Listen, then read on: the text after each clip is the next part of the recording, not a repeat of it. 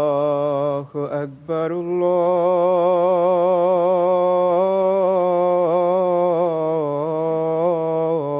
الله أكبر الله أكبر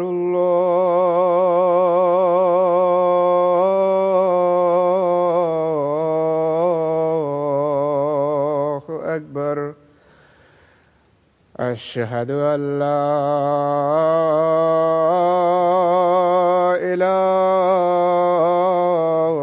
إله إلا الله أشهد أن لا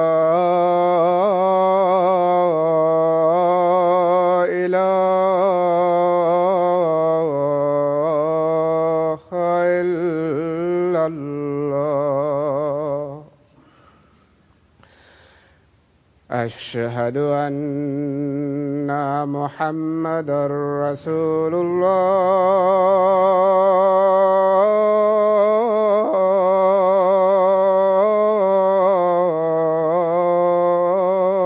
الله أشهد أن محمدًا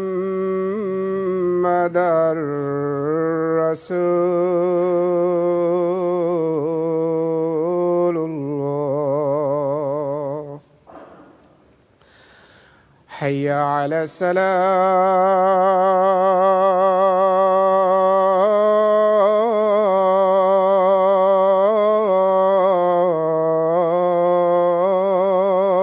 الصلاة حي على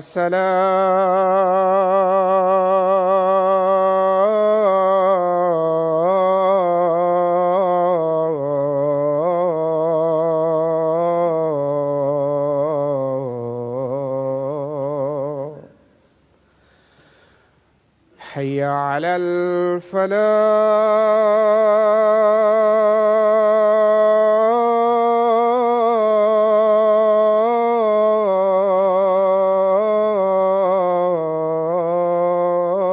الفلاح حي على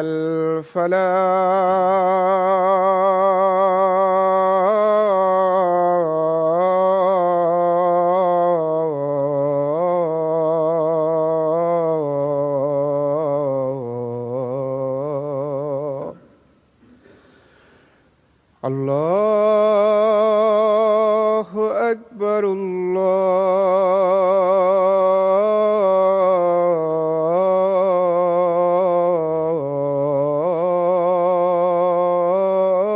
الله أكبر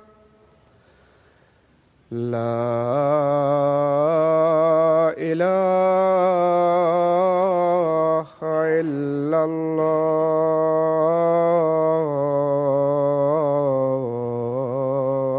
الله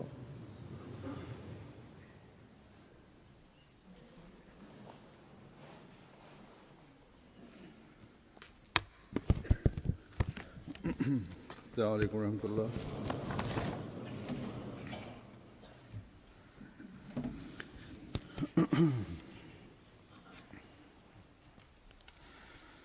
أشهد أن لا إله إلا الله وحده لا شريك له وأشهد أن محمدًا عبده ورسوله أما بعد فأعوذ بالله من الشيطان الرجيم بسم الله الرحمن الرحيم الحمد لله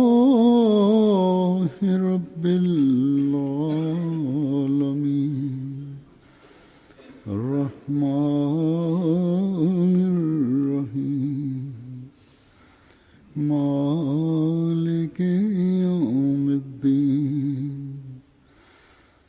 إياك نعبد وإياك نستعين اهدنا الصراط المستقيم صراط الذين أنعمت عليهم غير المغضوب عليهم ولا الضالين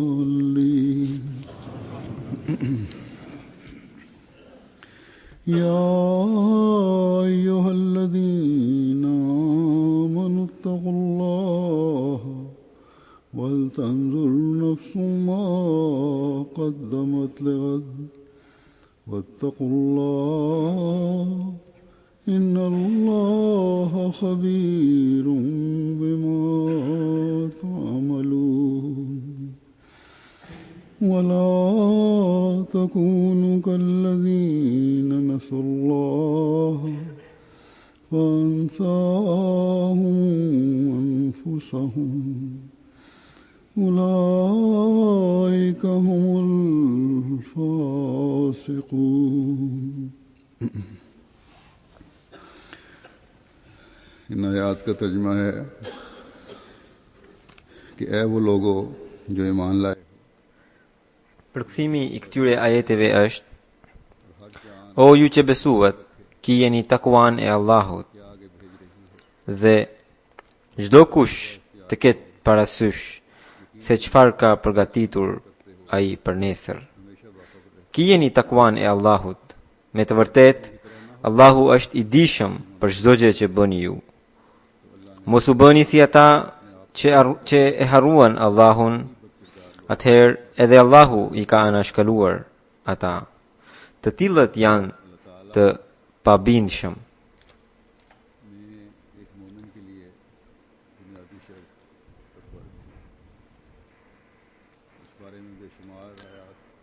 Kushtin themelor që ka vënë Allahu I madhërisëm për një besimtar është pikërisht takuaja. Lidhur me të ka ajete të panumërta në Kur'anin famlart, në të cilat përmendet me referime të ndryshme porosia kijeni takuan apo mbahuni në takua e kështu me radhë. Ose duke dhënë porosi të ndryshme përmendet që ata që zbatojnë këto porosi janë njerëz që përvetsojnë takuan, apo janë njerëz me takua, dhe u jepet paralajmërim për një dhe përsa u përket atyre që nuk I zbatojnë ato porosi, u jepet paralajmërim për një fund jo të mirë. Çfarë është takuaja në të vërtetë? Për kufizimi I saj, ose le të them për mbledhja e saj që na del nga Kurani famlart, mund të jetë të përmbushësh detyrimet që ke ndaj Zotit të lartësuar, duke I dhënë përparësi pëlqimit të Tij mbi çdo gjë, dhe duke e besuar atë si një vetëm dhe burim të gjitha forcave, dhe gjithashtu po për të fituar pëlqimin e Tij të përmbushësh detyrimet që ke ndaj krijesave të Tij.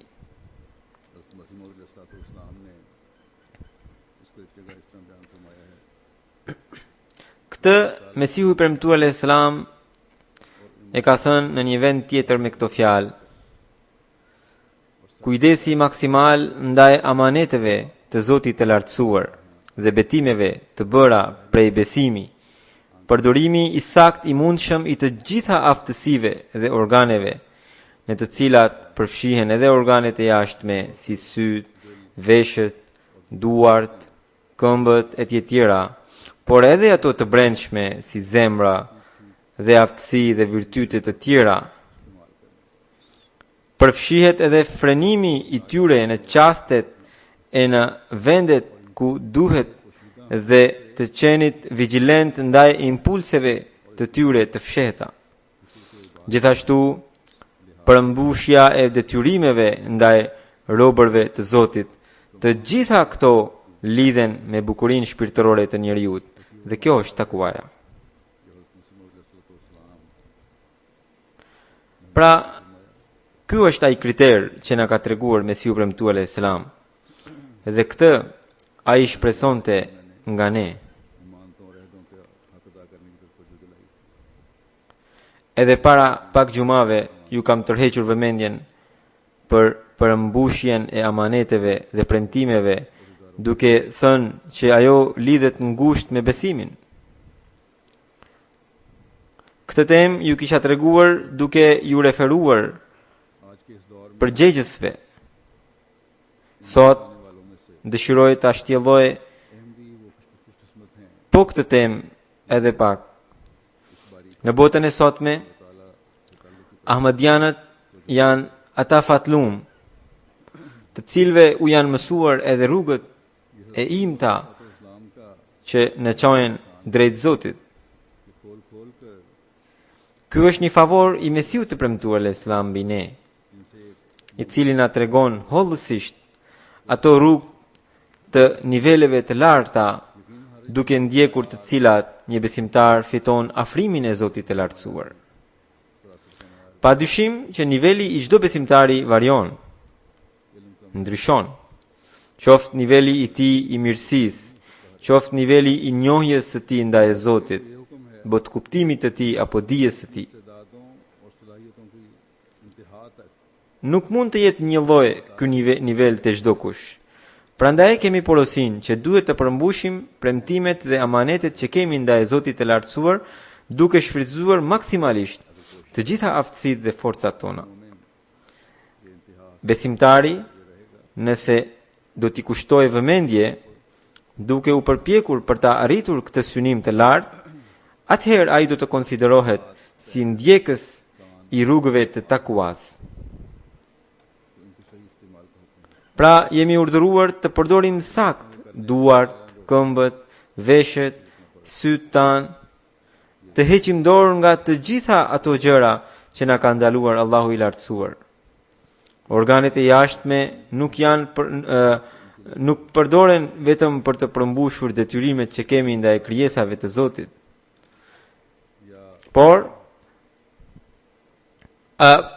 Organet e jashtme nuk përdoren vetëm për të përmbushur detyrimet që kemi ndaj krijesave të Zotit, apo nuk është vetëm që do t'ju kërkohet llogari për shpërdorimin e tyre në këtë drejtim, por ka shumë punë që bën njeriu, të cilat nuk kanë ndonjë lidhje të drejtë për drejtë me krijesat e tjera. Dhe ato nuk pësojnë ndonjë dëm a dobi për shkak të tyre. Pra, të tjerët nuk pësojnë ndonjë dobi a dëm për shkak të punëve të njeriut. Nëse shohim thellë, shpesh ato punë i shkaktojnë dobi a dëm vetë njeriut që i bën. Pra, shpesh njeriu bën disa punë që ja ka ndaluar Zoti i lartësuar dhe në këtë mënyrë i shkel kufijtë e përcaktuar prej Zotit dhe kështu bën shkelje edhe në përmbushjen e detyrimeve që ai ka ndaj Zotit. Po ashtu, nga njëherë njeriu nuk i bën ato punë që Zoti e ka urdhëruar t'i bëjë, dhe duke mos i bërë ato, ai tregohet i pabindshëm ndaj Zotit.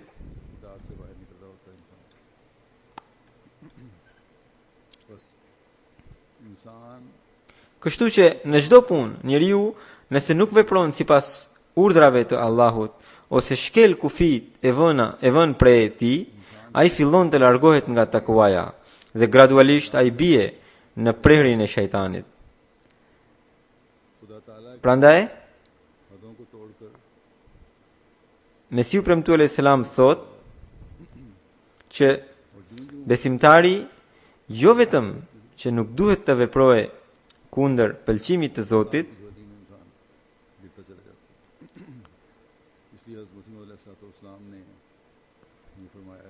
por të jetë edhe vigjilent ndaj sulmeve të shejtanit, i cili e sulmon fshehurazi.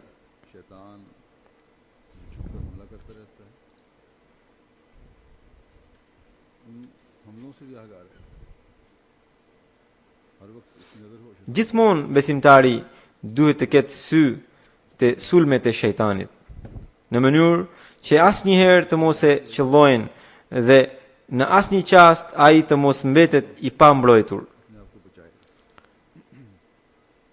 Shejtani sulmet i bën në mënyra të ndryshme. शैतान के हमले मुख्तलिफ तरीकों से होते हैं। इस ज़माने की इजादात में भी बहुत सी ऐसी Edhe në shpikjet moderne इंसान को नुकसान पहुंचा रही ka shumë mjete të tilla të cilat i sjellin dëm njeriu. Në vend që njeriu t'i përdor ato për qëllime të dobishme, i përdor pikrisht në punët ku ai rrezikohet nga sulmet e shejtanit, ose ku ai sulmohet madje nga shejtani, ku ai sulmohet madje nga shejtani, që e largojnë nga adhurimi i Zotit, pra ato punë që e largojnë atë njeri nga adhurimi i Zotit, që i japin një hije të keqe në virtytet e tij. Se jashtëmi njeriu mendon që këto janë çështje të mia personale. Pse të shqetësohet dikush tjetër nëse unë luaj, nëse qëndroj natën deri vonë në internet duke parë filma, ose duke parë televizor, ose nëse bëj ndonjë punë tjetër të tillë. Pra njeriu justifikon duke menduar se çfarë dëmi mund t'i bëj dikujt tjetër duke bërë gjëra të tilla. Ka të tjerë që bojnë punët edhe më të këqija, dhe ata mendojnë se askush tjetër thjesht nuk duhet të shqetësohet nga punët e tyre, sepse ata nuk janë duke i sjell dëm dikujt në mënyrë të drejtë për drejtë. Por veprimet të këqija që nuk përputhen me pëlqimin e Allahut të lartësuar, madje janë kundër tij, ato patjetër e shpihen njeriu larg adhurimit të Zotit, larg përmbushjes së detyrimeve të tij që ka ndaj Zotit, larg detyrimeve të tij që ka ai ndaj njerëzve të tjerë.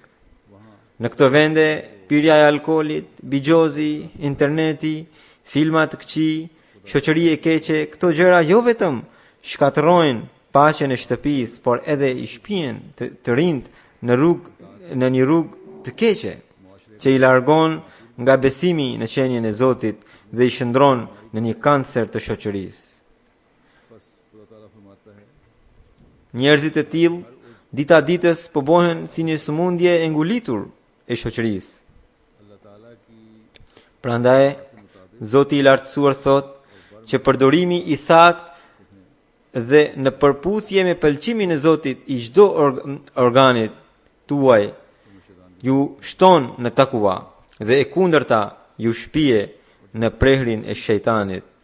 Dhe ai që bie në prehrin e shejtanit, padyshim është në një humbje shumë të madhe.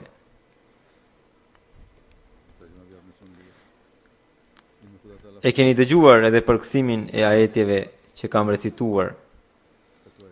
Edhe në to, Allahu i lartësuar thot që pasi që besuat, përvetsojeni takuan. Pra thot, o ju që besuat, kijeni takuan e Allahut. Nuk duhet që bota dhe shkëlqimi i saj, luksi dhe lehtësitë e saj të jenë gjithçka për ju, por duhet që të shikoni se çfarë keni bërë për të fituar pëlqimin e Allahut. Vetëm veprat që bëhen për të fituar pëlqimin e Allahut të lartësuar janë ato që ju hynë në punë në botën tjetër. Qejfet, shijet, kënaqësitë dhe lehtësitë e kësaj bote, të gjitha këto do të mbeten në këtë botë. Prandaj, gjithmonë bëni një analizë të vetës, sepse rënja e mëkatit është pikrisht pakujdesia e njeriu ndaj veprave të tij, harresa e tij ndaj Zotit. Prandaj, nëse doni të trashëgoni bekimet e Allahut të lartësuar, të bekimet e jetës së amshushme, pra të ahiretit, atëherë ka nevojë të kërkoni rrugët e pëlqimit të Allahut, duke pasur bindje të plot në Allahun e lartësuar. Ka nevojë të kuptoni qëllimin e ardhjes suaj në këtë botë. Ajetin që kam recituar është njëri prej ajeteve që recitohet në nikah, pra apo në nikah. Në të Zoti i lartësuar i tërheq vëmendjen njeriu për të shqetësuar për jetën e ardhshme. por njëkohësisht i tërheq vëmendjen edhe për formimin e mirë të fëmijëve të tij të ardhshëm dhe për kushtimin e tyre ndaj veprave më shumë se sa ndaj botës materiale. Pra, ky ajet është i veçantë në kuptimin se recitohet edhe në fjalimin e niqahut. Fëmijët, nëse do të jenë të tillë që kërkojnë pëlqimin e Allahut, që përpiqen për mirësimin e jetës së tyre të ahiretit, atëherë veprat dhe lutjet e këtyre fëmijëve të mirë u angrejnë nivelet prindërve të tyre në botën tjetër. वालिदैन के लिए जो दुआएं वो कर रहे हैं, वालिदैन के दर्जात Prandaj, अगले जहान में Allahu i lartësuar thot बुलंद करने का बायस बन रही हैं। që këtë gjë duhet ta keni parasysh edhe kur martoheni, që bota dhe luksi, kënaqësia, qefi dhe lehtësia e saj janë kalimtare. Martesa dhe lidhjet e kësaj bote, të gjitha këto kanë kënaqësi kalimtare. Kënaqësia e vërtet gjendet në gjetjen e pëlqimit të Allahut të lartësuar, që besimtari e gjen edhe në këtë botë dhe pastaj e shijon edhe në botën tjetër. बस एक मोमिन को Kështu që Allahu i lartësuar vazhdimisht në mënyra të ndryshme i tërheq vëmendje besimtarit duke thënë: mos i harro Zotin, kije takuan. Bëj vepra të tilla që ta zbukurojnë edhe këtë botë, edhe botën tjetër. Pra edhe në këtë botë kërko pëlqimin e Allahut, edhe në botën tjetër atë kërkoje. Dhe dije që Zoti i lartësuar di çdo gjë që bën ti, sepse nga ai nuk mund të fshihet asnjë vepër e njeriut, sado e vogël të jetë. Çdo vepër mbahet në llogari. Prandaj njeriu duhet të mendojë mirë se para se të hedh ndonjë hap në këtë botë, किताब रखा जा रहा है, इसलिए इंसान को बहुत खून खून कर इस दुनिया में अपने कदम उठाने की जरूरत है। vetëm deklarata e besimit nuk të mjafton, por është domosdoshme që të kërkosh rrugët e takuas dhe të veprosh sipas tyre. Mesiu premtuar Islam në një mbledhje që kishte mbajtur thot: në Islam jeta e vërtet të kërkon një vdekje që është e hidhur, por ai që e pranon, vetëm ai ringjallet. Thuhet në hadith që njeriu kujton që dëshirat dhe kënaqësitë e botës janë xheneti i vërtet, kurse ato janë xhehenem. Mundimin që pranon njeriu fatlum në rrugën e Zotit, ai është xheneti për të. Nuk ka asnjë dyshim që bota është kalimtare dhe të gjithë kanë lindur për të vdekur, dhe në fund vjen një moment kur do të ndahen të gjithë shokët, njerëzit e njohur dhe të afërmit. Atëherë të gjitha kënaqësitë dhe qefet e palejuara që njeriu i kujtonte si rehati i shfaqen të hidhura. Lumturia dhe rehatia e vërtet nuk mund të fitohet pa pasur takuan, dhe qëndrimi në takua është sikur të pish kupën e helmit. Domethënë, në dukje kjo punë është shumë e vështirë. Në fakt, njeriut me takua, Zoti i mundson të gjitha mjetet e lumturisë së tij. Zoti thot: "Wa man yattaqillaha yaj'al lahu makhrajan wa yarzuqhu min haythu la yahtasib." Pra ai që përvetson takuan, Zoti i qel rrugë të ndryshme dhe i mundson risk nga mënyra që ai nuk mund të imagjinojë. Pra, kriteri i lumturisë është takuaja, por për ta kërkuar takuan nuk duhet që ne ta kushtozojmë atë me kushte të ndryshme, duke kujtuar se pas gjetjes së takuas të gjejmë gjithçka që kërkojmë. Zoti i lartësuar është mëshirëplot dhe bujar. Përvetësojeni takuan dhe ai do t'ju jap çfarë të doni. Domethënë, nuk duhet të vëmë kushtin që nëse Zoti i lartësuar më jep këtë gjë, atëherë do të bëj mirësi.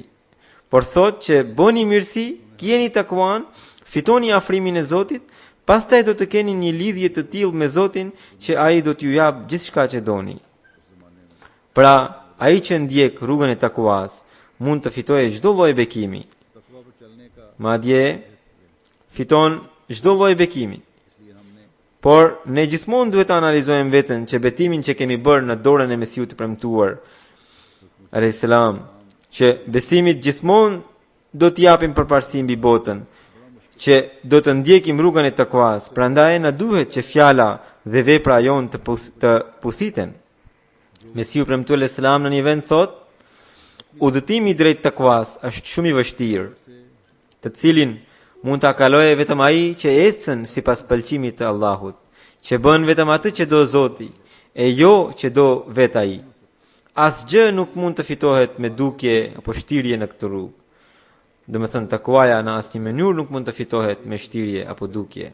Prandaj ka nevojë për bekimin e Zotit, dhe ai mund të vijë vetëm në rast se njeriu të bëj lutje në njërin anë dhe në anën tjetër të vazhdojë të bëj përpjekje. Zoti i lartësuar ka theksuar për të dyja gjëra, edhe për përpjekjet, edhe për lutjet. Mesiu premtuar Islam thot, më tutje, askush nuk mund të bëhet i pastër derisa Zoti i lartësuar nuk e bën të pastër. Kur shpirti i njeriu bie te pragu i Zotit të lartësuar me përulësi, modesti e përgjërime, atëherë Zoti i lartësuar ja dëgjon lutjen, dhe atëherë ai do të bëhet njeri, pra ai njeri lutësi bëhet njeri me takua, dhe atëherë ai mund të bëhet i tillë që arrin të kuptojë besimin e profetit Muhammed sallallahu alaihi wasallam. Do të thënë, kultivoni përulësi, Mesiu premtuar Islam thot, kultivoni përulësi dhe modesti, dhe për këtë ju duhet bekimi i Allahut. E kur e gjeni këtë, do ta gjeni edhe takuan. E kur ta gjeni takuan, vetëm atëherë mund të kuptoni realitetin e besimit të dërguarit të Allahut, apo realitetin e fesë islame. Mesiu premtuar Islam vazhdon, thot, pa pasur këtë, ajo që quan njeriu si fe, a besim apo adhurim që bën, gjithçka mbetet vetëm si traditë dhe mendime që i vinë thjesht si gojdhëna nga paraardhësit e tij. Njeriu i tillë nuk ka asnjë grim spiritualiteti në jetën e tij. Do me thënë, është musliman vetëm sepse kishte lindur në shtëpinë e një muslimani, apo është ahmedian sepse kishte lindur në shtëpinë e një ahmediani. Kjo do të jetë gjendja e atij njeriu, nëse nuk e arrin takuan. Nuk duhet të ndodhë kjo. Thelbi është takuaja, e cila arrihet nëpërmjet përpjekjeve, veprave, përulësisë, modestisë dhe lutjeve. Spiritualiteti nuk mund të fitohet vetëm nëpërmjet ndjekjes së traditave. Pastaj Mesiu premtuar Islam thot, përvetësojeni takuan, sepse pas takuas vijnë bekimet e Zotit të lartësuar. Njeriu me takua shpëtohet nga të gjitha belat e kësaj bote. Me bekimin, thot, njeriu me takua shpëtohet nga belat e kësaj bote. Me bekimin e Allahut të lartësuar, në përgjithësi, xhamati ynë po gëzon bekime të panumërta të Zotit të lartësuar. Po shohim përparime të vazhdueshme të xhamatit. Shohim një sjellje të veçantë nga ana e Zotit ndaj këtij xhamati, se si ai e ka shpëtuar prej armikut edhe në rrethanat më të vështira. Një numër i konsiderueshëm antarësh të këtij xhamati, padyshim, ndjek takuan dhe kërkon pëlqimin e Allahut të lartësuar. Por, ne duhet të përpiqemi që pasi kemi bërë bejt me Mesiun e premtuar, alayhis salam, çdo kush nga ne të arrijë këtë nivel të takuas. Atë afrim të Zotit të lartësuar që një musliman i vërtet duhet ta ketë. Që Mesiu premtuar alayhis salam shpresonte nga ne. Çfarë është ajo? Pikërisht kjo që ne gjithmonë ta kemi në mendje Zotin e lartësuar. Zoti thot, nëse ju do ta harroni Allahun e lartësuar, atëherë nuk do t'i bëni asnjë dëm Allahut, por harresa juaj do t'ju dëmtoj vetëm ju. Ata që harronin Zotin janë ata që janë të dobët në besim, që nuk kanë besim të fortë, që harrojnë her pas here, që ata do të paraqiten një ditë para Allahut. Prandaj bojnë vepra të tilla që ua ulin gjendjen morale dhe shpirtërore. Fillojnë të japin përparësi botës mbi besimin e jo besimit mbi botën. Me njerëzit e tillë materialist, si do të sillet Zoti në botën tjetër? Këtë e di vetëm ai. Por edhe në këtë botë, atyre u shkatrohet qetësia shpirtërore, mendore, për shkak të jetës së tyre të zhytur në botën materiale.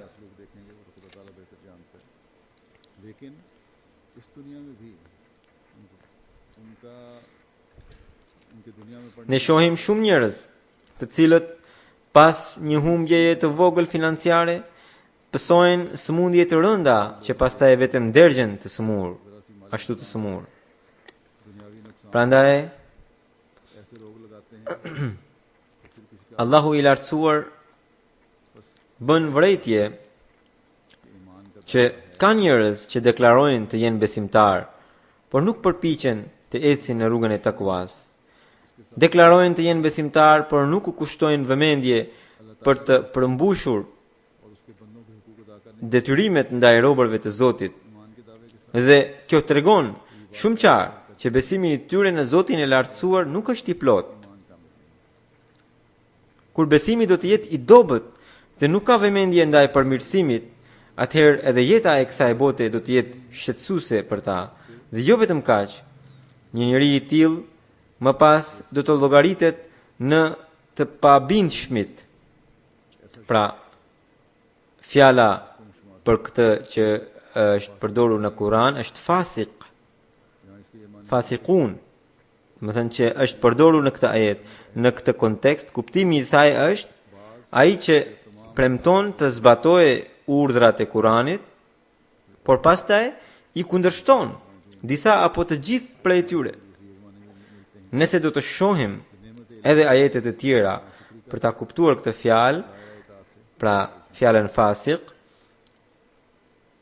atëherë nga konteksti i tyre na del që kuptimi i aplikohet edhe te ai njeri që tregohet mosmirnjohës ndaj bekimit të Zotit, sepse edhe ai do të konsiderohet i dal nga kufit e bindjes ndaj Zotit, dhe kështu do të llogaritet ndër njerëzit që etiketohen me emrin fasik.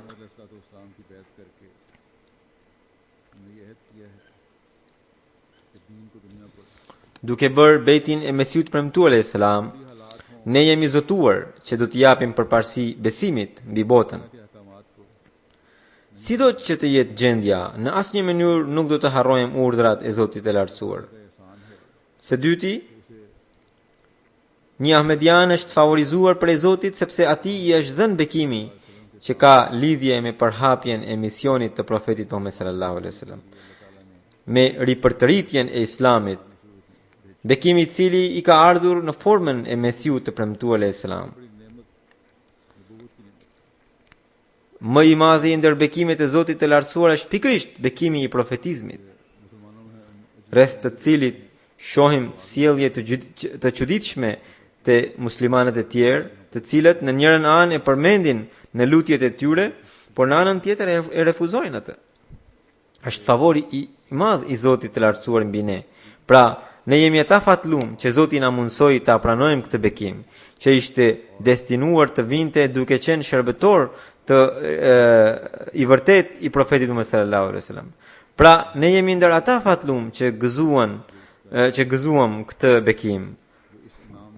Por ne mund të marrim ndonjë pjesë të këtij bekimi dhe mund të bëhemi mirënjohës për këtë vetëm atëherë kur përmbushim porositë dhe shpresat e Mesiut të premtuar alayhis salam. kur ne do të përpiqemi vazhdimisht për këtë.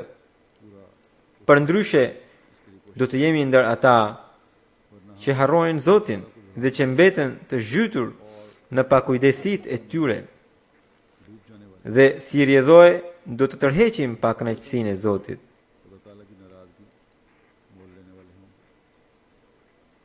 Ne gjithmonë duhet të mbajmë në mend që Mesihu premtuar alayhis salam kishte ardhur në shërbimin e udhëheqësit të tij, pra profetit Muhammed sallallahu alaihi wasallam, për vendosjen e njëshmërisë së Zotit, për të provuar qenien e Zotit të lartësuar. Dhe edhe takvaja e vërtet mund të arrihet vetëm atëherë kur përsoset besimi në njëshmërinë e Zotit, kur njeriu do të ketë vetëm një qëllim, të kërkojë e të gëzojë pëlqimin e Zotit të lartësuar. Pra, kur njeriu të përhumbet dhe tretet në njëshmërinë e Zotit. E kur do të ndodhë kjo, atëherë ai arrin takuan e vërtet. कि तौहीद सिर्फ इस बात का नाम नहीं Mesihu premtuar alayhis salam në një libër tjetër thot, tauhidi, pra njëshmëria e Zotit, nuk do të thot vetëm të thoni me gojë la ilaha illallah, nuk ka zot tjetër përveç Allahut, kurse në zemër të mbani mira idhuj. Madje çdo kush që i kushton rëndësi në një pune të tij, në një plani apo programi të tij, një rëndësi që i duhet kushtuar vetëm Zotit, ose që mbështetet te ndonjë njeri deri në një shkallë ku në të vërtet ai duhet të mbështetet te Zoti, ose që i kushton atë rëndësi vetës e cila i duhet kushtuar Zotit. Në të gjitha këto raste, ai është idhujtar në sy të Zotit të lartësuar. या कौल या fail Idhujt nuk janë vetëm ata që bohen prej ari, argjendi, bakri apo guri, apo prej diçkaje tjetër dhe që besohen. Por, çdo gjë, çdo fjalë apo çdo veprim të cilit i kushtohet ajo rëndësi që është e drejta e Zotit në sy të Zotit të lartësuar është idhull. Pra, thot, çdo gjë, çdo fjalë apo çdo veprim të cilit i kushtohet ajo rëndësi që është e drejta e Zotit, ajo gjë apo ajo fjalë apo ai veprim në sy të Zotit të lartësuar është idhull. Mbani mend, tauhidi i vërtet, pohimin e të cilit Zoti dëshiron nga ne dhe prej të cilit varet shpëtimi ynë, është që ta kujtoni Zotin larg nga çdo partner, qoftë i cili qoftë të jetë idhull, qoftë njeri, qoftë dielli apo hëna, qoftë vetja juaj ose ndonjë plan apo mendim juaj, dhe të mos kujtoni askënd e asgjë të plotfuqishëm mbi Zotin, ushqyes mbi të, nderues mbi të, poshtrues mbi të. Do me thënë, gjithmonë të keni parasysh që Allahu i lartësuar është mbi çdo gjë, dhe çdo gjë e kësaj bote, çdo nder dhe çdo poshtrim që i vjen njeriut, është në dorën e Allahut të lartësuar. Asnjë njeri as nuk mund t'i jap nder dikujt e as nuk mund ta poshtrojë dikë. Pra, ky është tauhidi i vërtet, që Allahun e lartësuar ta besojmë që vetëm ai jep nder dhe poshtrim. Pra është vetëm Allahu i lartësuar që i jep njeriu të ndera, por nëse njeriu sillet keq, edhe e poshtron dhe e turpëron. Pastaj Mesihu premtuar alayhis salam thot, askënd nuk duhet të besoni si ndihmës apo përkrahas mbi Zotin. Duhet që dashurinë tuaj t'ia përkushtoni atij, adhurimin tuaj t'ia përkushtoni atij, përullësinë tuaj t'ia përkushtoni atij. Disa njerëz përkulen edhe para njerëzve të tjerë. Mesihu premtuar alayhis salam thot, jo, çdo lloj përullësie dhe përkuljeje të jetë vetëm para Allahut të lartësuar. Vetëm atij t'i përkushtoni shpresat tuaja. Vetëm atij t'i përkushtoni frikën tuaj. Asnjë tauhid, pra njëshmëria e Zotit, asnjë tauhid nuk mund të plotësohet pa veçuar këto tre element. Së pari, tauhidin në qenien e tij, Domethënë, përballë qenies së Zotit, të gjitha qenjet e tjera t'i kujtoni të asgjësuara, pra të pavlefshme, dhe të gjitha gjërat t'i kujtoni të vdekshme dhe jo reale. और जो बज़ाहिर Së dyti, वाह या फैज़ tauhidi sipas atributeve të Zotit. Kjo do të thotë që të besosh se atributet si rububiet, pra rritësi, krijuesi ose dhe uluhiyeti, domethënë hynia, nuk I ka asnjë qenie tjetër përveç Allahut xhelleshanuhu. Pra, edhe ai që ushqen dhe rrit është Allahu I madhrishëm dhe është ai që është I denjë të adhurohet. फरमाया तीसरे Dhe të gjithë ata që duken dhe paraqiten si rritës ose mirëbërës janë vetëm një pjesë e atij sistemi të cilin Zoti e ka krijuar. Pra, njerëzit përfitojnë nga sistemi I tij. Edhe ata bëhen rritës dhe besimtari I vërtet është ai që beson se ata janë vetëm si një pjesë e sistemit të Zotit dhe janë vetëm mjete të krijuara prej Zotit e jo Zot si të tilla. Sunduesi I vërtet është Zoti I lartësuar. Mesiu premtuar Islam thot, tauhidi और इसमें खोए जाना I tretë është tauhidi I dashurisë, I sinqeritetit dhe I devotshmërisë. Kjo do të thotë që të mos I shoqërosh Allahut asnjë partner për sa I përket dashurisë e adhurimit dhe të jesh I kredhur tërësisht në dashurinë e Allahut. Pra këto gjëra nëse ka një besimtar, atëherë ai mund të quhet I tillë që gjithmonë kujton Allahun e lartësuar, që ndjek rrugën e takuas. Për përsosmërinë e takuas, Mesiu premtuar Islam në një libër thotë, përsosmëria e takuas është ajo që njeriu ta zhduk fare qenien e vet. Realisht, ky është tauhidi I vërtet. Kur njeriu e arrin këtë përsosmëri që qenia e tij nuk ekziston për të, kur ai humbet në qenien e Allahut, atëherë takvaja e tij quhet e përsosur.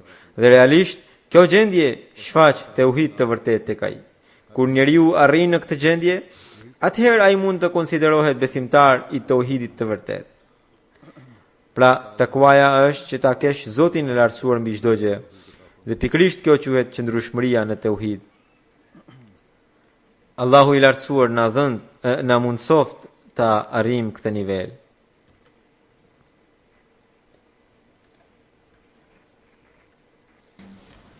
Unë do të udhëtoje, lutuni që Allahu I lartësuar ta bekojë këtë udhëtim në çdo mënyrë.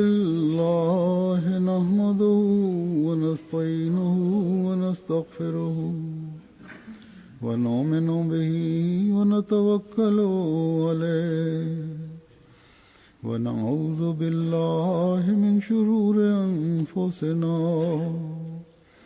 wa min sayyiati a'malina. من يهده الله فلا مضل له ومن يضلل فلا هادي له ونشهد أن لا إله إلا الله ونشهد أن محمدا عبده ورسوله. मैं सफ़र पे भी जा रहा हूँ, दुआ करें अल्लाह ताला इसको हर लिहाज से बरकत फरमाए. عباد الله رحمكم الله إن الله يأمر بالعدل والإحسان وإيتاء ذي القربى وينهى عن الفحشاء والمنكر والبغي يعظكم لعلكم تذكرون.